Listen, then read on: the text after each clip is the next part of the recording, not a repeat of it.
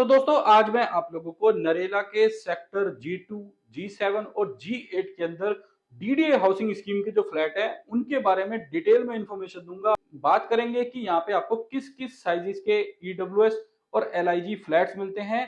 इसके अलावा क्या उनके प्राइजेस हैं। यहाँ पे आपको मैं सैंपल फ्लैट की विजिट कराऊंगा, लोकेलिटी की विजिट कराऊंगा, कुछ एक सोसाइटी की भी विजिट कराऊंगा और एक जो स्कैम चल रहा है डीडीए के नाम पे जो नोटिस किया आर्यवत अपार्टमेंट की विजिट के ऊपर G2 सेक्टर में, वो भी मैं आपको बताऊंगा। तो ज्यादा जानकारी के लिए आप वीडियो के अंत तक जरूर बने रहिएगा। तो आइए वीडियो स्टार्ट करते हैं। नमस्कार दोस्तों, स्वागत है आपका मेरे यूट्यूब चैनल पर। दोस्तों मेरा नाम है हरपाल सिंह। तो जैसा कि आप लोगों को पता है कि मैं आप लोगों के साथ डेली बेसिस पे रेजिडेंशियल और कमर्शियल प्रॉपर्टीज की इंफॉर्मेशन शेयर करता रहता हूं। उसी सेगमेंट में आज की वीडियो जो मैं आप लोगों के साथ शेयर कर रहा हूं वो एक बार फिर डीडीए हाउसिंग स्कीम के फ्लैट्स के ऊपर शेयर कर रहा हूं, जो कि नरेला के सेक्टर G2, G7 और G8 के ऊपर रहेंगे। दोस्तों इन सेक्टर्स के अंदर आपको ईडब्ल्यूएस और एलआईजी कैटेगरी के फ्लैट्स देखने को मिलते हैं। सबसे पहले अगर मैं बात करूं G2 सेक्टर की, G2 सेक्टर में आपको दोस्तों टोटल 1384 ईडब्ल्यूएस फ्लैट्स देखने को मिलते हैं। अगर मैं यहाँ पे फ्लैट के साइजेस की बात करूं तो लगभग 34 से 35 मीटर का यहाँ पे आपको साइज देखने को मिलता है। और अगर मैं प्राइस की बात करूं तो यहाँ पे जो आपको प्राइस देखने को मिलता है वो 11.5 लाख रुपए से लेके 11,67,000 तक का आपको देखने को मिलता है। G2 सेक्टर के पॉकेट 2 के अंदर आपको एलआईजी कैटेगरी के 482 फ्लैट्स देखने को मिलते हैं, जो कि साइज अगेन उसका भी 34 से 35 मीटर का रहेगा। और अगर इसके मैं अगर प्राइसेस की बात करूं तो वो 14,10,000 के आसपास के अंदर आपको देखने को मिलते हैं। G2 सेक्टर के ही पॉकेट 1, 3, 4, 5, 6 के अंदर आपको 7719 फ्लैट देखने को मिलते हैं, जो कि एलआईजी कैटेगरी के हैं। इसके अंदर आपको लगभग 50 मीटर का साइज देखने को मिलता है। और अगर मैं प्राइस की बात करूं तो यहाँ पे आपको जो प्राइस देखने को मिलता है वो लगभग 23 लाख रुपए के आसपास में मिल जाता है। दोस्तों अगर मैं G2 सेक्टर की बात करूं तो G2 सेक्टर जो है वो जीटी रोड से लगभग 5 से 6 किलोमीटर के डिस्टेंस पर है। और कनेक्टिविटी की अगर मैं बात करूं तो अच्छी कनेक्टिविटी है, ऐसा नहीं है कि बेकार कनेक्टिविटी है, अच्छी कनेक्टिविटी है। इसके आसपास जो है नरेला का इंडस्ट्रियल एरिया भी है, यहाँ पे आसपास में भी लोग रहते हैं। और G2 सेक्टर की कई पॉकेट में अभी बसावट है, क्योंकि पुरानी जो है ये लगभग 10 साल 8 साल 9 साल पुरानी बनी हुई ये बिल्डिंगें हैं। तो यहाँ पे लोग रहते भी हैं G2 सेक्टर के अंदर। इसमें आप अपने लिए अगर फ्लैट लेना चाहते हो या लेके छोड़ना चाहते हो तो आप लेके छोड़ सकते हो, आपके लिए एक अच्छी इन्वेस्टमेंट हो सकती है। लेकिन दोस्तों मैं आपको एक चीज बता देता हूँ, जो मैंने आपको स्कैम की बात की, मैंने G2 जो सेक्टर है उसके पॉकेट 1 में आर्यवत अपार्टमेंट है उसकी जब विजिट की तो मैंने एक बैनर बिल्कुल आरडब्ल्यू के द्वारा लगाया गया मेन एंट्री गेट के ऊपर देखने को मिला, जिसके अंदर बहुत ही अलग अलग बातें लिखी हुई थी। दोस्तों ये जो बैनर है आरडब्ल्यूए के द्वारा लगाया गया है, जो कि इस अपार्टमेंट की आरडब्ल्यूए है। इसके ऊपर लिखा है कि 2015 में ये जो फ्लैट है वो 14 लाख रुपए के आम लोगों को बेचे गए थे, जो कि 8 साल बाद 12 लाख रुपए की डीडीए बेच रही है। अगर आप न्यूनतम 8% के हिसाब से भी कैलकुलेट करो तो 8,96,000 रुपये का ब्याज होता है 8 सालों का। इसके अलावा लास्ट लाइन में ये भी लिखा गया है कि आज के टाइम में वहाँ पे जो फ्लैट रीसेल हो रहे हैं वो 9 से 10 लाख रुपए के हो रहे हैं। जिसको भी ज़रूरत हो वो आरडब्ल्यूए को संपर्क करें। तो ये जो चीज़ है वो एंड यूजर के लिए तो फिर भी ठीक है, लेकिन जो इन्वेस्टर है उनके लिए बहुत ही बेकार चीज़ है मेरे हिसाब से। मोटा मोटा अगर बात करें तो आरडब्ल्यू का ये कहना है कि डीडीए ने ये जो फ्लैट है 2015 के अंदर लगभग 15 लाख रुपए के अंदर बेचे थे, जो कि आज के टाइम में डीडीए हाउसिंग स्कीम के अंदर 12 लाख रुपए के मिल रहे हैं। तो कस्टमरों को कोई एप्रिसिएशन भी नहीं हुआ। और यहाँ पे कुछ प्रॉब्लम्स भी जो फ्लैट्स ओनर है उनको देखने को मिल रही हैं, वो आप खुद जाके विजिट करके भी देख सकते हैं। दोस्तों अब हम बात करते हैं G7 और G8 सेक्टर की। दोस्तों ये भी सेक्टर जो है वो बहुत अच्छी तरह कनेक्टेड है जीटी रोड की तरफ से।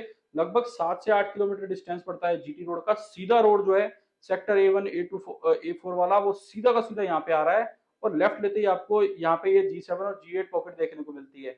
दोस्तों यहाँ पे पुराने बने हुए भी फ्लैट भी हैं, इसके अलावा नए बने हुए भी फ्लैट हैं। इन दोनों सेक्टरों में ईडब्ल्यूएस और एलआईजी कैटेगरी के फ्लैट मिला के टोटल 20,272 फ्लैट आपको डीडे ने ऑफर किए हैं। इस बार G8 की पॉकेट 3 में आपको 14 लाख रुपए के अंदर लगभग 34 से 35 मीटर का फ्लैट देखने को मिलता है, जो कि एलआईजी कैटेगरी का है। इसके अलावा दोस्तों यहाँ पे एलआईजी कैटेगरी के फ्लैट आपको पॉकेट 4 और 5 में भी देखने को मिलते हैं, जो कि लगभग 50 मीटर के हैं, यानी कि 49.9 मीटर के हैं, और जो आपको लगभग 23 लाख रुपए के आसपास में देखने को मिलते हैं। इन्हीं सेक्टर की पॉकेट 6, 7 और 11 में भी आपको एलआईजी कैटेगरी के फ्लैट देखने को मिलते हैं, जो कि आपको लगभग अगेन 50 मीटर के देखने को मिलते हैं। लेकिन वो जो फ्लैट है नए बने हुए हैं तो उसके अंदर आपको जो प्राइस देखने को मिलता है वो 28 लाख रुपए देखने को मिलता है। दोस्तों एक और स्ट्रेंज चीज जो मैंने देखी डीडीए हाउसिंग स्कीम के इस जो सेक्टर्स के अंदर या रोहिणी के सेक्टर को मिला के भी अगर मैं बात करूं तो जहां पे ईडब्ल्यूएस कैटेगरी के जो फ्लैट है वो 33 से 34 मीटर के हैं,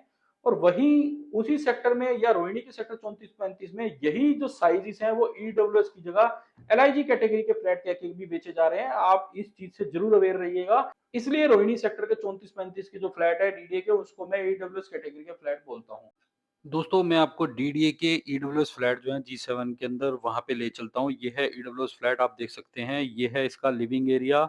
लिविंग एरिया के सामने आपको बालकनी देखने को मिल रही होगी। बालकनी के आप साथ में देख सकते हो इन्होंने सामान वगैरह लगा के दिखाया हुआ है कि किस तरह से यहाँ पे जो है बालकनी दिख रही है। बालकनी के सामने आप देख सकते हो बने हुए हैं ये हैं, इसमें लोग रह रहे हैं।